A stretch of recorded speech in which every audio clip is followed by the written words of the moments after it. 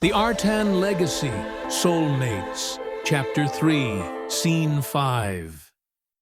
There was a slight falling off between Princess and me. We quarreled vehemently, each pointing an accusatory finger at the other regarding the blame for our last escapade. She, in her characteristic obstinance, insisted that the entirety of the idea had been mine, further alleging that I had pressured her into partaking.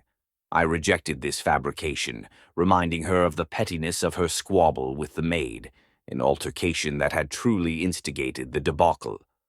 Moreover, during our second bath of the day, necessitated by the paint that Raya had inadvertently smeared upon us, Princess was unrelenting in her chastisement of me, rebuking feelings I could not suppress. How, I implored her, was one supposed to refrain from a reaction under such circumstances? Ordinarily, I would have reveled in the tempestuousness I had stirred within her. To witness her rage would have been an amusement to carry me through the day. However, the irony of my growing dependency upon her rendered her anger more problematic than delightful. She refused to engage with any of my arguments, responding only in grunts, and punctuated her frustration by repeatedly pinching her arms, knowing full well that we shared the sensation of pain. By the time supper arrived, she orchestrated a petty revenge by deliberately requesting dishes she knew I found distasteful. Regrettably for her, she detested them even more than I. Years of consuming a never-ending procession of disagreeable meals to muster the strength to rise from my bed had granted me the upper hand in tolerating such fare. Her antics were in vain. Fermina, the dutiful older sister, took her seat beside us at the grand table, her expression betraying disappointment despite her polite greeting. It was clear she avoided engaging with us directly, hoping perhaps that Princess would take the initiative and address whatever issue plagued her. Alas, Princess remained inflexible, and Firmina, forced to break the silence, spoke with more directness than she likely intended. You are not conducting yourself appropriately, Fermina chastised, her voice steady though touched with hurt. The table, though expansive, sat comparatively few, making the conversation all but private. I have come to expect better of you. What is it this time, Fermina? Princess retorted with a tone utterly lacking in respect for her elder.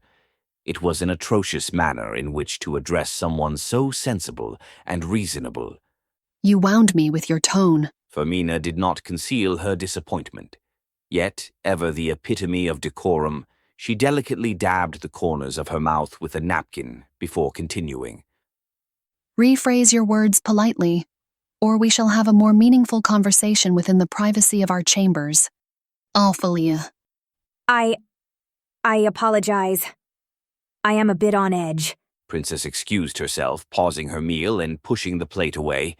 She turned toward Fermina, granting her full attention. Ah, to perceive Fermina so clearly was a blessing I had only dared to dream of.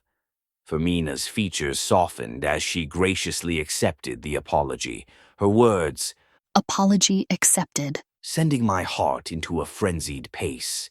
Free from the curse of blood pressure weaknesses, I allowed myself to feel without restraint, savoring the divine fortune of her presence. We are all understandably shaken as of late, Fermina continued, placing a consoling hand upon our bare shoulder. There was no hidden disgust in her touch this time, only tender affection and unmerited kindness bestowed upon me. Yet, that is no excuse for your recent behavior. I will moderate my tone in the future. Princess readily submitted. That is the least of what I heard about you today, Fermina censured, frowning. I received news that you constantly rejected Riatna's invitations. She's having a hard time and wants to be with you, with us. What do you have against her? What is more, lying to her, Ophelia. You put up 1,000 excuses on why you would not join her in a bath, saying you preferred to wait a day or two, which is your right. But then you later claimed the East washroom twice on the same day. Riatna was rightfully upset. That is... I could not suppress my petty satisfaction in witnessing Princess's attempts to distance me from her sister's turn against her. You know how she gets. She's a nightmare to bathe with. Such a child, jumping, joking, playing pranks. I was not in the mood to deal with it. Princess chided. All the more reason to. Fermina clenched that hand on our shoulder. It did not hurt. Is it not your duty to correct her as a sister? You know better than her. If she misbehaves, you have the same responsibility I have towards you, and I don't want to hear again that you have been avoiding her. Understood? Princess could only sigh in defeat. She pinched her thigh, likely in an attempt to punish me for my gratification at her reprimand. Yes, understood. A toast in my name was proposed by a member of the court. All present raised their glasses. A few words were spoken, and though the gesture was polite, it cast a shadow over the table's mood. There is another order of business. Fermina continued, a bit more color to her cheeks after having downed a full drink. I had always wondered what strong alcohol tasted like, but Princess inappropriately joined the toast with plain water, which escaped everyone's notice. Off, Philly, we cannot abuse the hospitality of gracious Lord Duke. What is this I am hearing about ordering around the servants to pose for you in the art room? That little snitch! Princess muttered, incredulous that such news had traveled so swiftly. Clearly, the model herself had been the informant. Fermina, though hearing the words, feigned ignorance. I have taken up art, Fermina. I needed a model.